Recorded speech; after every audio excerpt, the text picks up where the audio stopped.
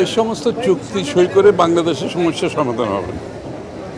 বাংলাদেশের মূল সমস্যা যদি সমাধান না হয়, সেটা হচ্ছে বাংলাদেশের মানুষের গণতান্ত্রিক রাজনীতি, ভোটাধিকার, মানবাধিকার, আইনের শাসন, জীবনের নিরাপত্তা এবং সব মানুষের জন্য লেভেল প্লেইং ফিল্ড, এই সমস্ত মৌলিক সমস্যার সমাধান না করে দেশে দেশে ঘুরে চুক্তি সই করলে বাংলাদেশের সমস্যার সমাধান হবে।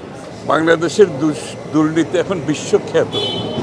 দেশে যেরকম জনগণের কাছে দুর্নীতির বিষয়টা দিনের আলোর মতো পরিষ্কার, এটা বিশ্বখ্যাত। বাংলাদেশের দুর্নীতি ছড়ানোর কিছু নাই, এটা ছড়ানোর কিছু নাই, এটা বিশ্বখ্যাত, সবাই জ্ঞাত বাংলাদেশের দুর্নীতি কীভাবে চলছে এবং দুর্নীতি করে দেশের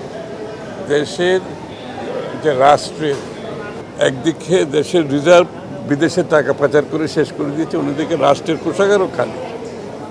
আপনি দেখতে পাবেন এখন যে হারে জনগণের উপর কর চাপানোর ব্যবস্থা করা হচ্ছে, জনগণ থেকে টাকা আদায়, একদিকে জনগণ থেকে টাকা নিচ্ছে আর অন্যদিকে খালি করছে, বিদেশে পাঠাচ্ছে। তো সুতরাং রাষ্ট্রে শুধু রাজনীতি তো ধ্বংস হয় না, জনগণের অধিকার ধ্বংস হয় না। বাংলাদেশের অর্থনীতি সম্পূর্ণভাবে ধ্বংস হয়ে গেছে। বাংলাদেশের অর্থনীতি গত 30-40 বছরে যে সামষ্টিক অর্থনৈতিক যে একটা সমতা আসছে, একটা স্টেবিলিটি আসছিল, সেটা তো তারা সম্পূর্ণভাবে ধ্বংস করে দিয়েছে।